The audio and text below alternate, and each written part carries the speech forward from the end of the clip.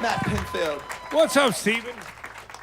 Steven, it's so good to see you, man, and thanks again for coming and doing this for us. What a pleasure. It's great to have you. And by the way, I want to thank you. It still was an honor that you came my first day here and rode your bicycle here to hang out and do that last hour together on the air, which was so cool. I ride my bike everywhere in San Francisco. It's the greatest city for and it, right? I have Kevlar knuckles on my gloves. Yeah. And I find that they're really useful for rapping on people's windows and reminding them this. Remember, bicycles are traffic too. Yes. And have the right of way, right? Which is great.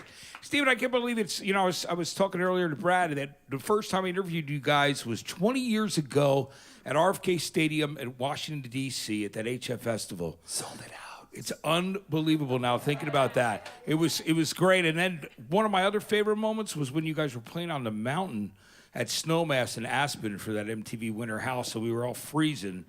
And that was terrible. And you played it outside. How's it going to be? Which was so great. Yeah, it's really dry up there, and the altitude was really high, and I was like, this is awful. Like the first day you get there, it's always like, oh no, it's like Tahoe here.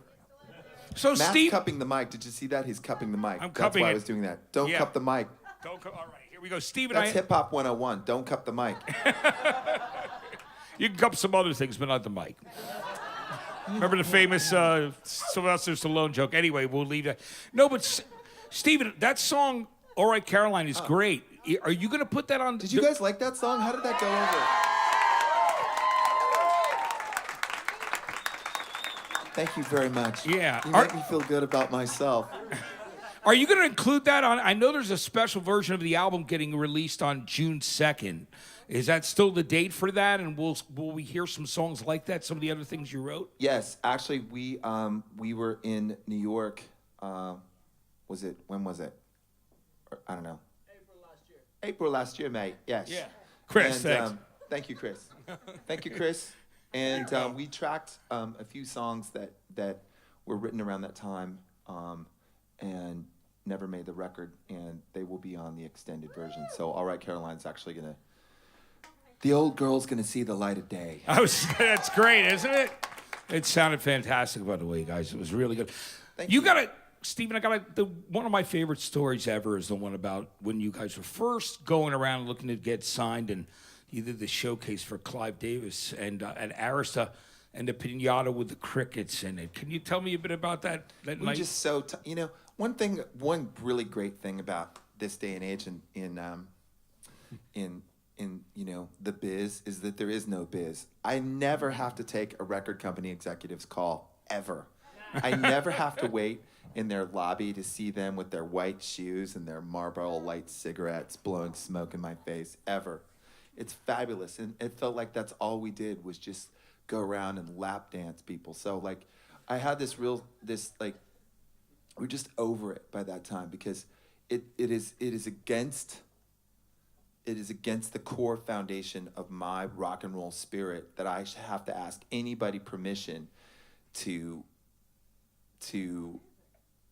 make music the way I want to. And that's how it felt. Yeah, and release it the way you want to. Because there are all these gatekeepers, and really they were just people who gathered together and ran this great big scam, and there it was, and that was like, and there were some true believers in the music industry. There were some people who really, really loved music, and there were some of those people, and then there were other ones who were just looking to like exploit everybody for that quarterly profit, and we could just smell it. And I came up we came up punk. I mean, we don't.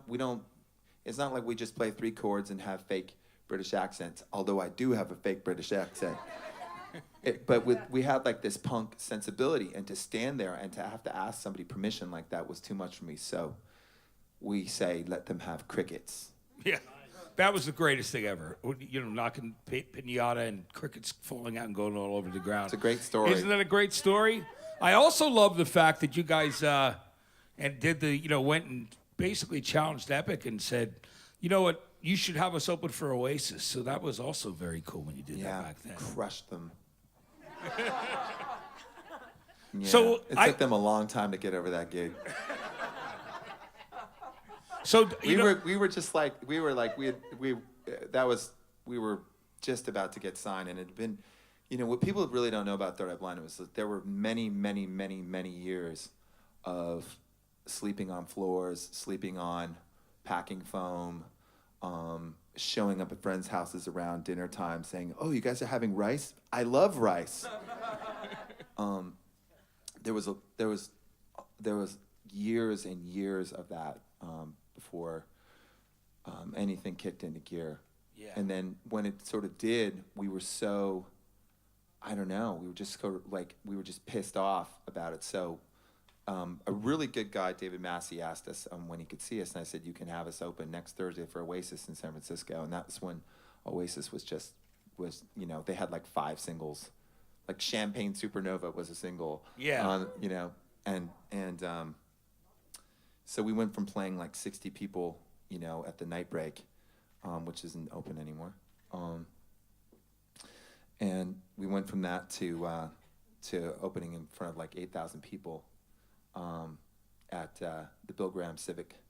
That's great. And when we got there, before we went out on stage, I just said the most ridiculous thing. I just said, "We are going to crush this band." I said, "We are going to, once we play, everyone's going to leave. After we play, there will be no point staying." That's It's like, what else are you going to do? Like you can't. You just have to just pimp walk it out on stage, which is exactly what we did. Which is very cool. David Massey, that was great that he did that for you guys. He's a good guy. But I wanted to talk about the most recent EP, "We Are Drugs." I love that song that you played, "Company of Strangers." Thank you. It's a great song, and I think It's really a song. It's really a song about communal washstands. You know, there's a new thing, and I really like it where it's like, you know, like you have your potty and you know, I have mine, but you come out and you wash up afterwards together. yes, It's a very intimate act, yeah, especially in the Company of and Strangers. that's what that song's about. That's great. Well, listen, we're going to let you play again. Really quickly, though, the Summer Gods tour you guys are doing, you'll be playing all over the place. We are. We're playing the Greek Theater, and that's the end of the tour. July 23rd, right? July 23rd. I really want everyone to come to that show. I mean, I so want you to go to that show. Everybody, you going to go? What do you say? Everybody's going to go. I want you to come. Make sure you go check it out. Silver Sun Pickups are opening, Silver right? Sun Pickups are playing, and it's going to be like part of like why this has the summer vibes is like we don't have any. You can get tickets. There's still tickets. It's gonna be okay. We don't have any sequencers. We don't have any backing tracks. We're not a DJ band. This is a guitar rock band. Yes. And you have to like make that up every single time. So there's risk. So every time we go out on stage, there's this element of risk. You can fall or you can fly. And for that, we all have to be in alignment with each other. We have to have this empathy with each other. And when that clicks on, that is an effusive feeling. It's a feeling that brings everybody else in and together and up out of themselves. That's the vibes, yo. That's the vibes. That's great. So remember, July 23rd at the Greek in Berkeley. Guys, thanks so much for coming out. Let's hear it again for Third Eye Blind, everyone.